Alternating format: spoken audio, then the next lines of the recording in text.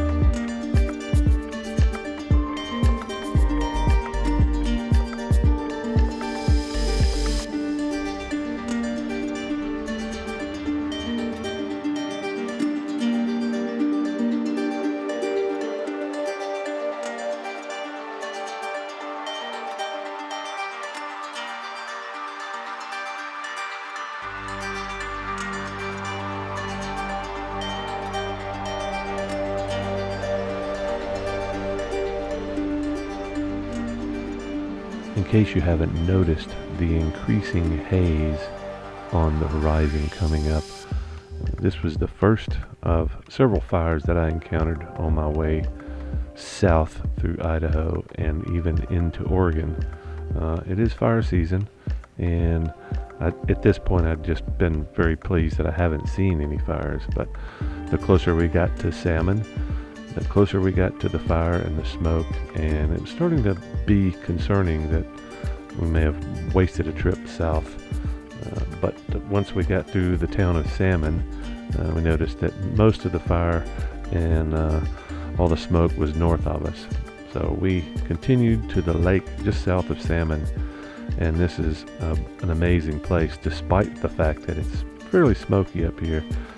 Most of the area around this was much more dense smoke, and the firefighters were all congregating, camping in the Salmon area, maybe a few hundred people. Pretty big fire, but looked like they had it mostly under control by about the time we got there. But this area is very, very dry, and as you can see, there's not a lot of stuff to burn, but the stuff that burns typically does in the summer. This lake area is pretty spectacular just because of the fact that it's all rocky, mostly rocky around this area. But this road into our little camp was pretty phenomenal and breathtaking. Every turn you saw something new and different, and yeah, it was a joy coming in and out of here. And the temperature was moderate, nice breeze at night, cooled everything off, and I would definitely come back. Maybe not in fire season next time, but yeah, this is just a phenomenal spot.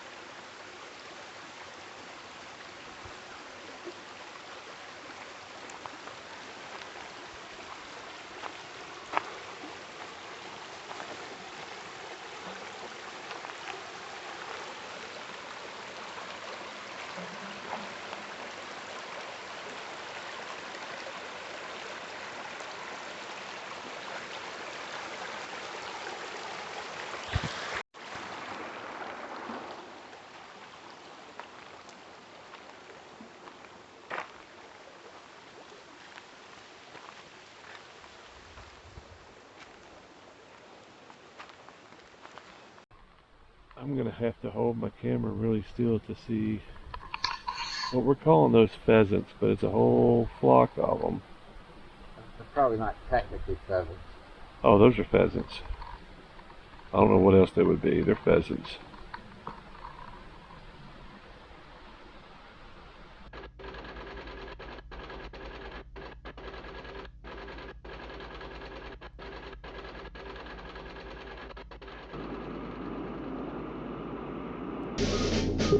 Gentlemen, we can rebuild him. We have the technology. We have the capability to make the world's first bionic man. Better than he was before. Better, stronger, faster.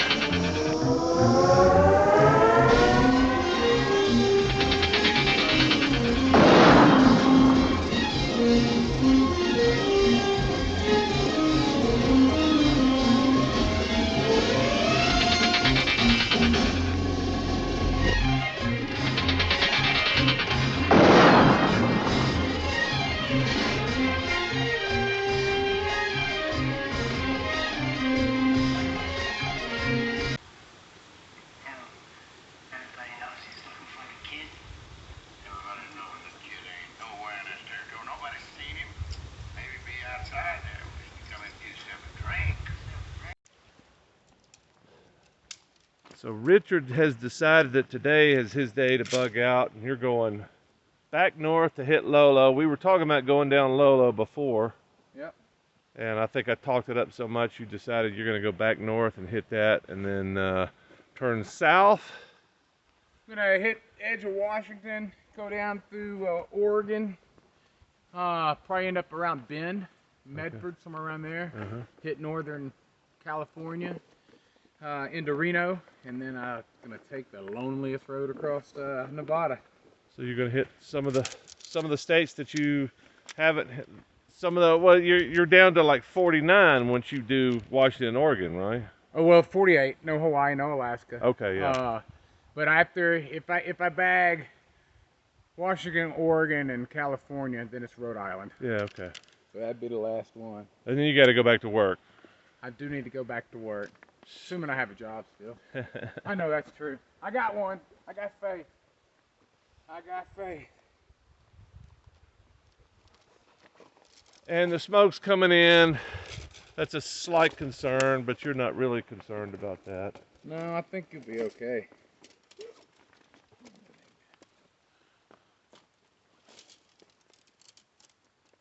Getting kind of smoky back there to the west, but probably is just going to be wind more than anything. Well, is that clouds in the back, or is that a big plume of smoke back there? Very dense looking. Doesn't look very brown. It looks very white, but a little bit bothersome. What's up? Hey, leaving that for you, which is peanut butter whiskey. We were gonna drink that. We just always had. We either had beer or we just didn't get around to it. Yeah. And then, you want to tote that in town? I'm gonna leave both of those. Thank you, sir. Yeah.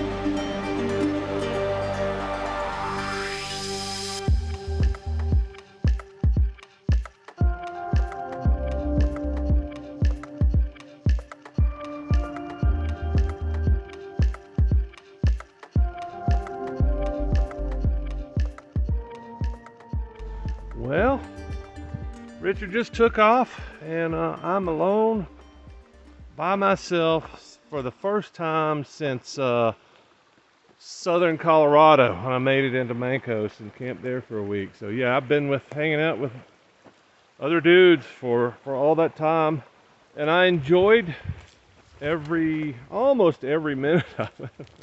I want to be honest, some of the things were a little bit of a drudgery, but yeah, it's small parts.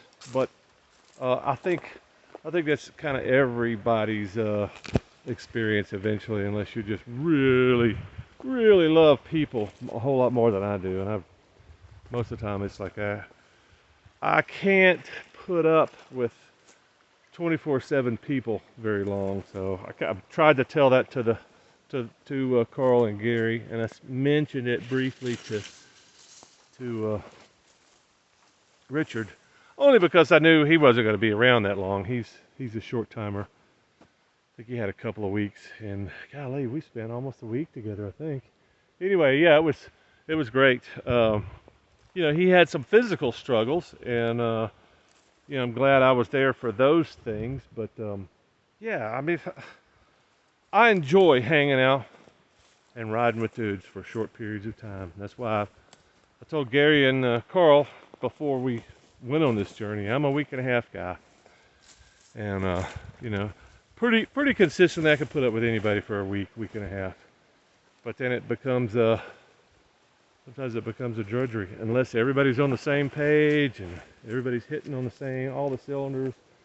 And when something goes wrong, it's kind of like, okay, yeah, we're not clicking. We don't believe the same things. We don't have the same values, all that stuff, which is, you know, I'm usually pretty picky about who I ride with down the street, much less, you know, on a weekend. And then we're talking about, hell, Gary and I hung out for several weeks. I got to go back and look at the dates. But yeah, check this stuff out, man. This is just so cool out here. I want to stop talking about people and start talking more about what I'm going to do on my own now that I have nothing holding me back, like opinions and, you know, trying to keep people happy. To me, that's one of the biggest things, is to be able to get up in the morning and go wherever the hell I want to do and not ask anybody's opinion, not get anybody's approval. And that's what I've been missing. But, you know, I got the rest of August, September, October, till I run out of money or something else breaks and I can't fix it. But yeah, I mean, it's an immediate draw of loneliness because I've been having somebody at camp every day. And the only time that I camped by myself, I woke up the next morning and Richard was there. So yeah, it's a very interesting story. And hope Carl and Gary are having their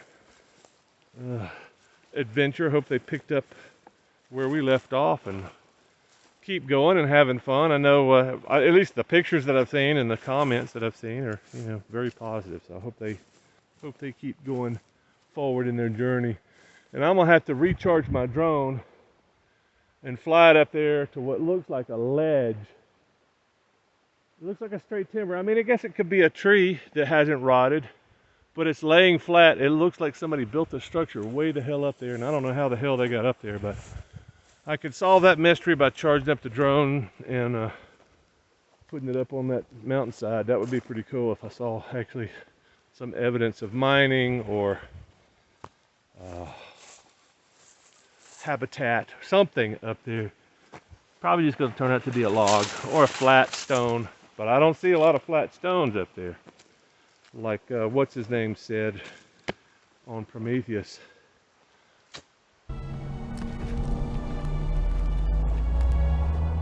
There, right there. God does not build in straight lines. God does not build in straight lines. Pretty epic line. Anyway, I got lots of repairs and maintenance to do on the bike, and then I